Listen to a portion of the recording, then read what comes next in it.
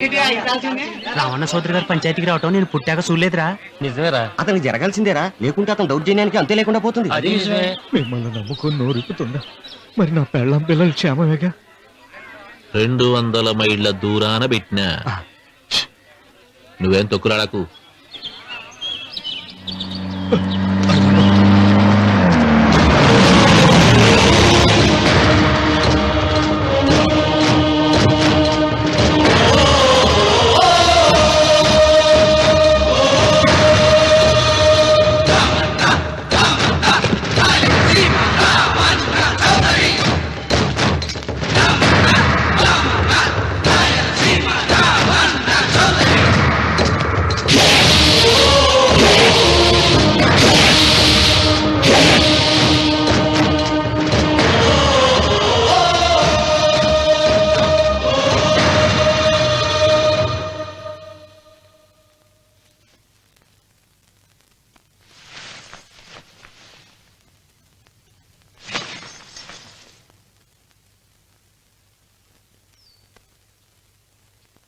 విశ్వేశ్వరయ్య గారు, నన్ను పంచాయతీకి ఎందుకు పిలిపించారు? మీరు తన ఇంటి దగ్గరికి వచ్చి పొలం ఇమ్మని బెదిరించారని సుబ్బారాయుడు పంచాయతీలో చెప్పాడు. అది నిజమో కాదో కనుక్కుందామని. దానికి సమాధానం సుబ్బారాయుడు చెబితే బాగుంటుంది. చెబుతాను. జరిగింది జరిగినట్టు చెప్పడానికి నాకు భయమైంది. ఆ నిజం చెప్పే ముందు మా అందరి చేతిలో చేయి వేసి ప్రమాణం చేసి చెబుతావా? చెబుతానండి.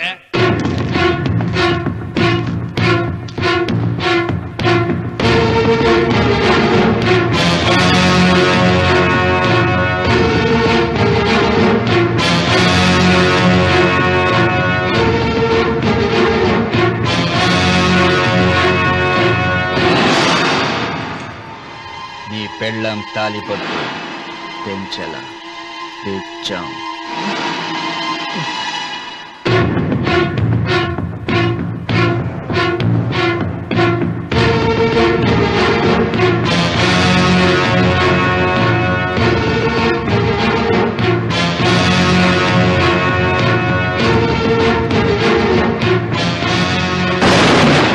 వెయ్యనా తిప్పనా? కొండ చిల్వ నోటులు కంఠం పడుతున్నావు. చేస్తావు. అయినా ఆకు తిప్పతే ఏమవుతుంది నీకు తెలుసు కదా. అంతా నిజమే చెప్తాను, అబద్ధం చెప్పను. రామన్న చౌదరి గారు నా పొలం కాడికి వచ్చి వ్యవసాయంలో నష్టం వస్తుందంట కదా, పొలం ఏమన్నా అమ్ముతావా అన్నారండి. మంచి రేటు వస్తే అమ్ముతానన్నానండి. ఆయన డబ్బులు ఇచ్చారండి, నేను పొలం ఇచ్చానండి. ఆయన మనుషులు నీ కుప్ప తగలబెట్టినారంటివే. మా పాలేరు తెలియకో బీడి ముక్క పడేసినాడంట. తప్పైపోయిందండి. పెద్ద మనుషులు పంచాయతీకి పిలిపించాను, మన్నించండి బాబు.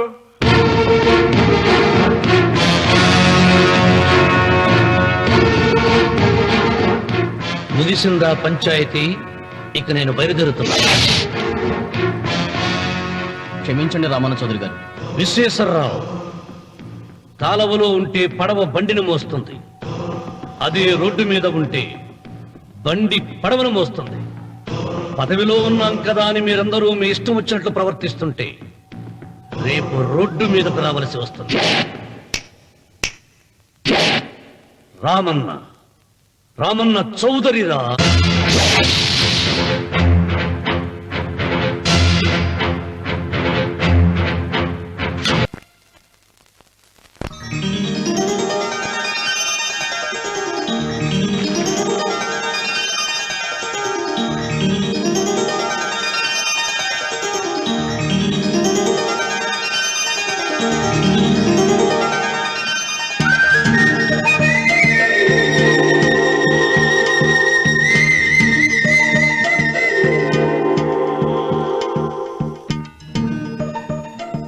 వెంకమ్మ, కాళ్ళు ఒత్తేది కూడా తెలియకుండా మెత్తగా ఒత్తుతున్నావే. క్షమించండి అమ్మాయి గారు. అన్నవరం, పొద్దుటి నుంచి నా మనసు నా దగ్గర లేదురా. ఏ చేతి ఖర్చులు డబ్బులు లేవని అక్కడ తాకట్టు పెట్టారా? లేదురా, ఆ అమ్మాయి గుర్తొస్తుంది. ఈయన్ని గుడికి తీసుకెళ్ళటం నాదే తప్పు. పంపదీసి నేను చూసిన అమ్మాయి గురించి ఆలోచిస్తున్నాడా ఏంటి? ఏంట్రా సణుగుతున్నావు? సణుగుడుగా చిరబాబు గారు, ఆవిడ గురించే ఆలోచిస్తున్నా. ఆవిడ గొంతు, ఆ కళ్ళు, ఆవిడ కట్టుకున్న చీర, ఆవిడ పెట్టుకున్న నగలు. చీర ఎక్కడ కట్టిందిరా? గుండెల దాకా లంగా కట్టుకుని కొలంలో స్నానం చేస్తుంటే కొలంలో స్నానం చేయడం ఏంటి చిన్నబాబు? గుళ్ళో నా పక్కన నిలబడి హారతి తీసుకుంటాను. నువ్వెవరి గురించి మాట్లాడుతున్నావురా? నేను చూసిన అతను చాలా గొప్పవాడు, బాగా డబ్బులున్నవాడు. రేపు నన్ను చూసుకోడానికి వస్తున్నాడు. అందుకని మీరు ఏంటి, నేను ఇక్కడ ఉండకుండా వెళ్ళిపోవాలా? మీరు నాలాగా, నేను మీలాగా నటించాలమ్మా. అంటే పని మనిషిలాగానా? మరి అమ్మ నాన్న వాళ్ళు వస్తే ఎలా? వాళ్ళొస్తా ఏంటి, ఒకళ్ళు వంట మనిషి ఒకళ్ళు తోట మళ్ళీ చెప్పుకుంటానమ్మా. అమ్మా అమ్మా అమ్మా అమ్మా, మీరేం బాధపడకండి చిన్నబాబు గారు. మీరు చూసిన మని నేను ఎతికి పట్టుకుంటా. ఈ లోపు మీరు నాకు సాయం చేయాలి. ఏమిటది? గొడుగు సరిగ్గా పట్టుకో. వంగలేకపోతున్నావా?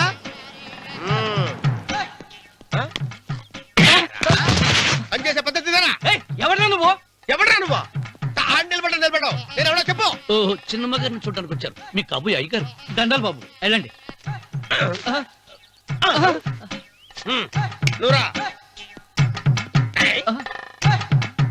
పెద్దయ్య గారు అమ్మగారు లేకుండా ఈ చూసుకోవడాలేంటో. ఏయ్, Yes. కొంచెం ఎక్కువ చేస్తున్నట్టున్నావు. ఎవరిని ఎక్కడ ఉంచాలో అక్కడే ఉంచాలి. వీడు కొంచెం చదివిచ్చాను, నెత్తిరెక్కుతున్నాడు. వీడి సంగతి తరువాత.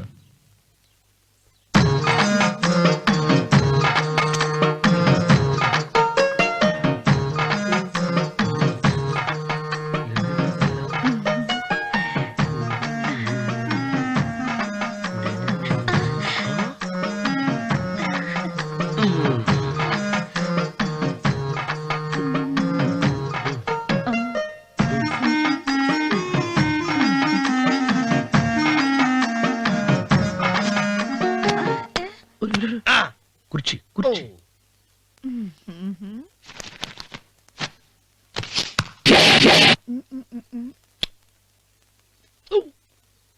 అరుకు వస్తున్నాను అమ్మాయి గారు.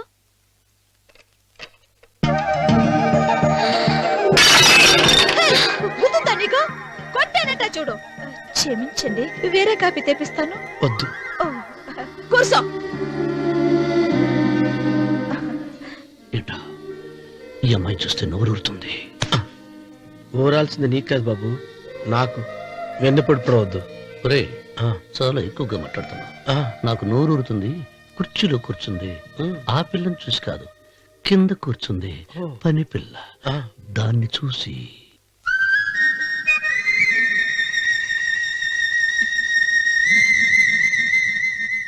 ఏంటిది, నా మనసు పాలేరు మీదకి పోతుంది. ఏంటో. అయ్య గారిని ఏమైనా ప్రశ్నలు అడగండి అమ్మగారు. నేనా? పొద్దున్నే టిఫిన్ ఏం తీసుకుంటారు అని అమ్మగారు అడగమంటున్నారు. టిఫినియా? టిఫిన్ ఎవడు పెడతాడు? మొక్క పొద్దున సతికుడు లాగించేస్తాం. ఏంటి అలా అరిచారు? చచ్చిపోయిన మా అమ్మా నాన్న గుర్తొచ్చినప్పుడు అని అలుస్తా. అలాగా? మరి సర్ది కూడా అంటున్నారేంటి? ఆరోగ్యానికి చాలా మంచిదని ఈ మధ్య సర్ది కూడా అలవాటు చేస్తున్నారు కదా యజమాని. వెంకు, నీకు పొలం ఎంత ఉంది? పొలమా? ఆ ముప్పి. ముప్పయ్య. అమ్మాయి గారు ఏం చదువుకున్నారు? 3వ క్లాసు, 3rd స్టాండర్డ్. కలాస. అమ్మాయి గారు ఏంటి అలా మాట్లాడుతున్నారు?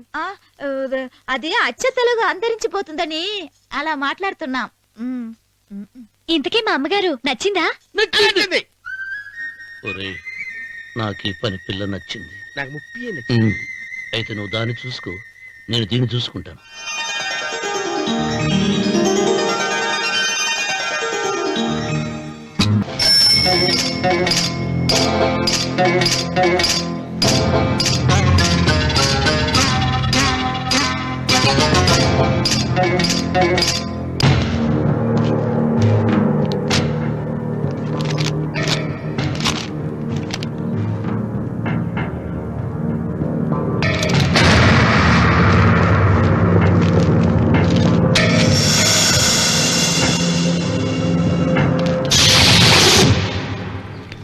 రామన్న చౌదరి, ఎంత దమ్ము నీకు? నాకు కాగితం పంపుతావా? విన్నావా తొడదెబ్బ? దడదడలాడాల్సిందే. ఆకు తిప్పడం నీకు అలవాటు కదా. ఆకు తిప్పితే తిరిగేది ఆకు కాదు, నీ చరిత్ర. నేను సుబ్బారాయుని కాదు, పహిల్వాన్ పాపారావుని.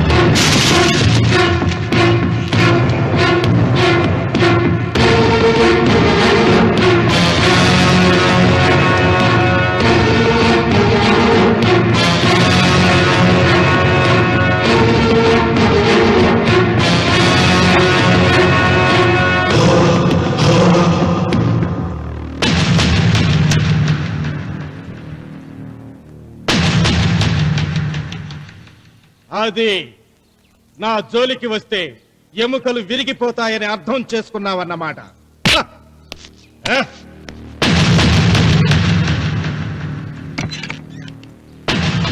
మొట్టమొదటిసారి అయ్యగారు భయపడినట్టున్నారు. రావుడు తను ఓడిపోయానని ఒప్పుకుంటున్నాడా ఏమిటి?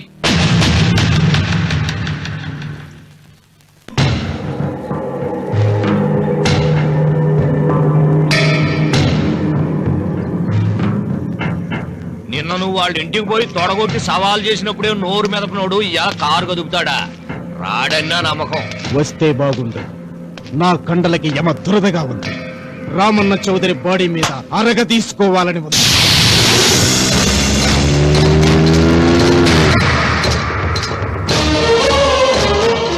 నువ్వు ఊహించినట్టే వస్తున్నాడాయో అని ఏం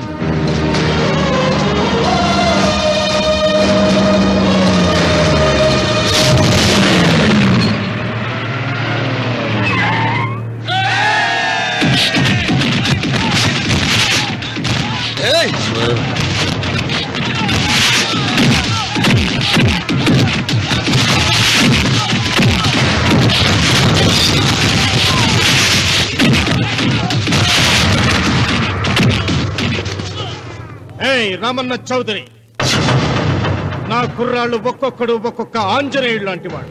చూసావా నీ వాళ్ళని ఎలా చెడుగుడు ఆడించానో? రావద్దని చెప్పినా వచ్చినందుకు నీకు శిక్ష పడాలిగా. వచ్చి నా కాళ్ళు పట్టుకుని తప్పైందని అడుక్కోవాలి.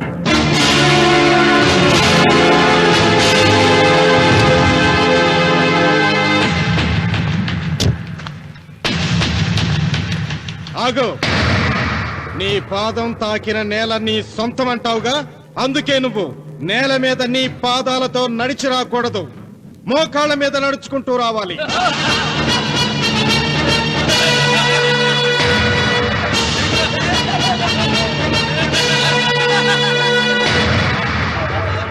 కానీ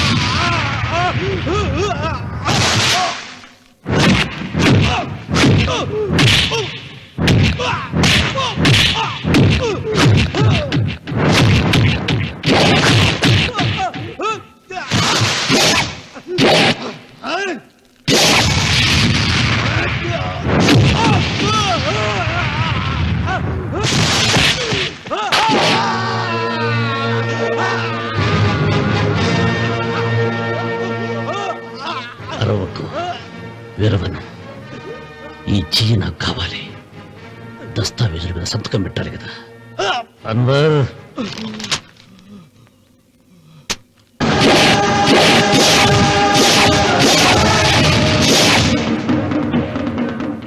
గుర్రానికి కాళ్లల్లో బలం, సింహానికి నోట్లో బలం, గరుడు పక్షికి కంట్లో బలం. ఈ రాయలసీమ రామన్న చౌదరికి ఒళ్ళంతా బలమేరా. రామన్న చౌదరిరా. వెంకన్న ఎప్పుడూ గెలవని మనిషి. ఒక్కసారైనా గెలిస్తే బాగుండు అని జాలి చూపిస్తారు కొందరు. కాదు, ఎప్పుడూ గెలిచే మనిషి. ఈసారైనా ఓడిపోతే బాగుండు అని అసూయపడతారు అందరూ. ఈ రామన్న చౌదరికి ఎన్నడూ ఓటమి లేదు, రాదు.